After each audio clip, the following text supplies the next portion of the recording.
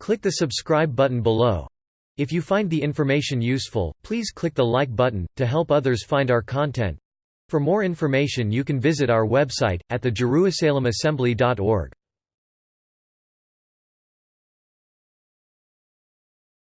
January 14, 2020. A Storm Named Ego. By Ruben D. Garcia. Good morning, and greetings my beloved readers. It is a beautiful day to be alive during this glorious ascension of humanity's consciousness. Things are going well in the celestial realm as we speak. The energy wave of January 10 was effective, and expanded the awareness for many more human beings.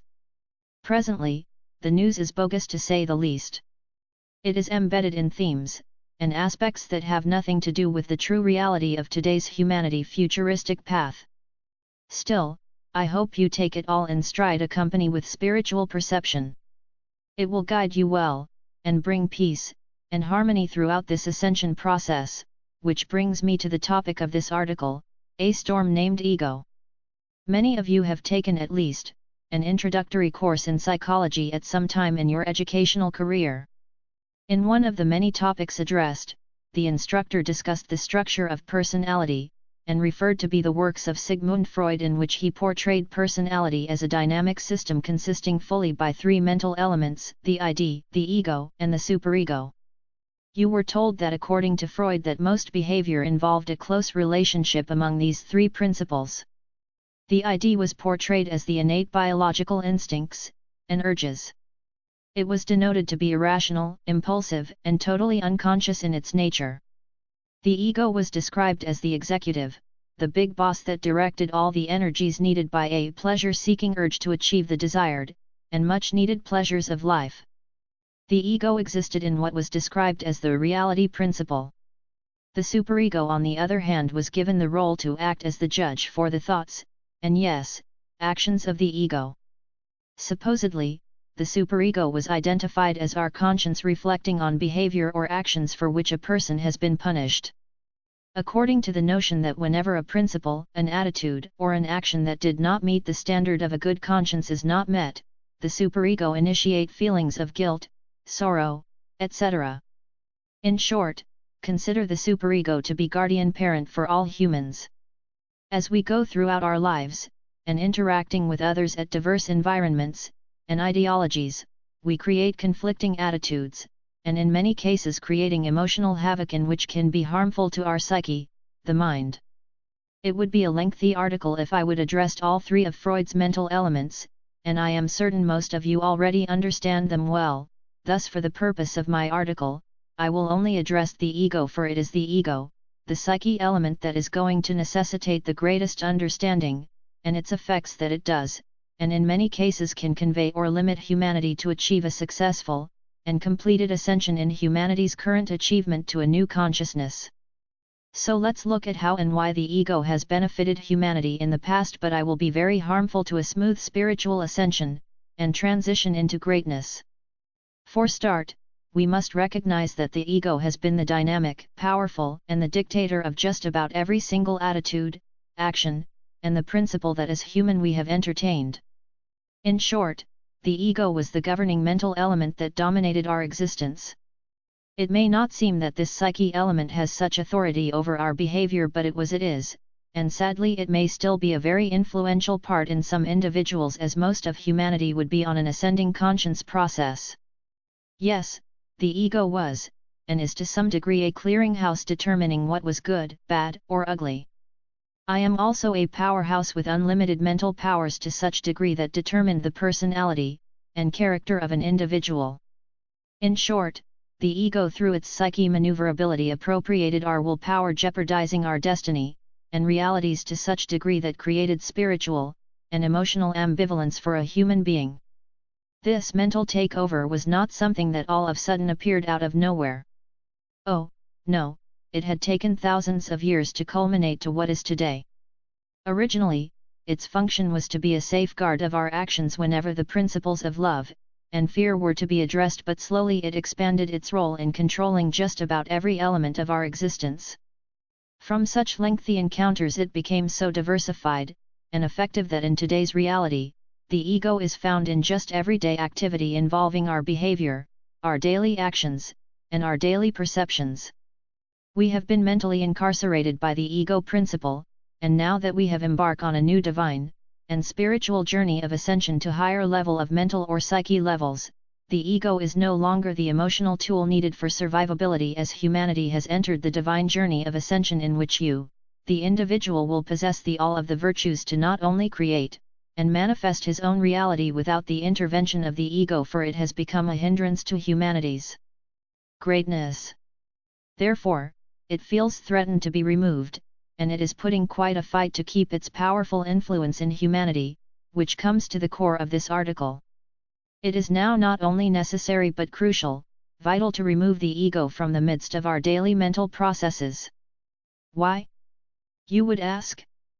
Well, because the ascension process to a higher level of consciousness requires for the human being, you and I, to be in charge, and not our minds. In short, you must exercise your divine right of free will, which has been absent for millennia in humanity abilities to maintain a freedom to create our individual realities. It may sound absurd that to exercise abandonment of the ego as a source of the clearing powerhouse would be wise, but it is not only wise but necessary for a greater you, because you no longer would be dealing with the cornucopia of negative emotions that was attached, embedded in our lives for thousands of generations.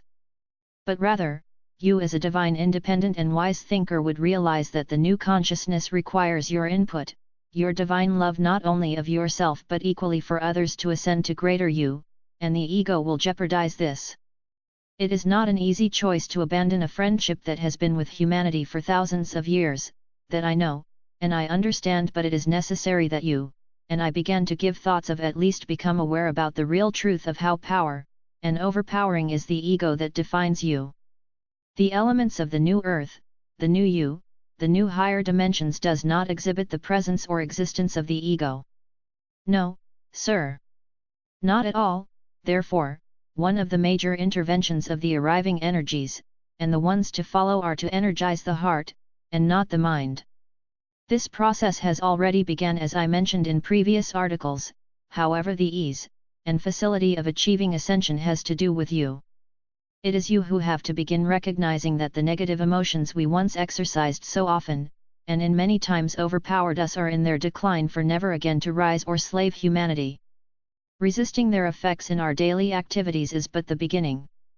You must at least take small step to recognize the degree of an ever-present syndrome of eliciting negative opinions, feelings, and ill attitudes in just about everyday situations or events that affect your psyche, your mind, and above all, you must control your tempter, for it is through this behavior that the ego manifests its greatest dominance and hold on humanity. Seek moments and places that exercised peace, harmony, and pleasant contemplations that soothe your heart, not your mind. Begin by appreciating that you have risen to another divine day filled with the glory of God in all the things you do for the day. Practice kindness. Be patient, be courteous, and above all be thankful to all the great things God has provided for you. Refrain from swearing, cursing, lying, deceit, especially judging others. Don't see the faults on others but recognize their virtues to be better if given the opportunity, as you have received. There are so many manners and ways to release the ego's hold on you a little bit at a time. I agree with you that what has been asked and has been asked of humanity may seem to be a monumental task, but it doesn't has to be that way if of all of us just practice a little bit of kindness each day. The importance is to begin to let go of the grip it had on you for so long, and let your heart reign as the supreme leader of all of your actions, and you have discovered not only how great you are but how divine your nature is. Thus, humanity is facing an emotional and destructive storm named ego. Its outlining winds of destructive, egotistic and envious attitudes are at our doorsteps, and if spiritually unprepared it could easily raise havoc within your emotional stability. Its path lies directly in the path of humanity's conscience ascension. There is no escape route for all us. Every single human being on this earth right now will be affected, except those that have recognized their awareness, and have prepared spiritually and emotionally to overcome its impact in their lives. Simply putting it, the prepared one would have already recognized the need for strengthening their emotional stability through meditation, practicing kindness and charity, in short, recognizing the vital balance between love and fear, and acting promptly when fear advocates negativity hindering the positive emotions of your lives. Promptness and confidence are the keys to a strong emotional stability. You are not the only one experiencing the effects of this very powerful mental storm, just about every human being is, but remember this, the storm is pounding, tossing your ship up and down, sideways, but remember this from this article, you are the captain of this ship, it is your life, you are navigating it through this named storm ego as we all are. It is your wisdom, your experience, your know-how, your determination, your confidence that will endure the storm, and come out of it with success and ascension. It is all up to each one of us to exercise our righteous divine place in this new consciousness ascension, and mental transformations. Some of you may be in a quandary as to what can take place if I cannot endure this storm. Well, rest at ease, humanity is going to shift whether it like is it or not. The difference is that the ego is like baggage we carry on a trip. If the trip is short and distant, and stay, packing should be light and practical. However, if we are like most humans that required all the comforts to consider the journey to be an enjoyment, then, you would pack excess baggage that becomes more of a dreadful deals than the enjoyment of the trip. In short, be practical. Drop the negative baggage the ego has made you believe that you need for this divine journey. In short, drop the ego influences in your life. Leave all its influences behind. You can deal with your heart better than you could be with the aspect of your mind. Utilize your mind to be the storage of the pleasant memories you accrued during this divine voyage of ascension.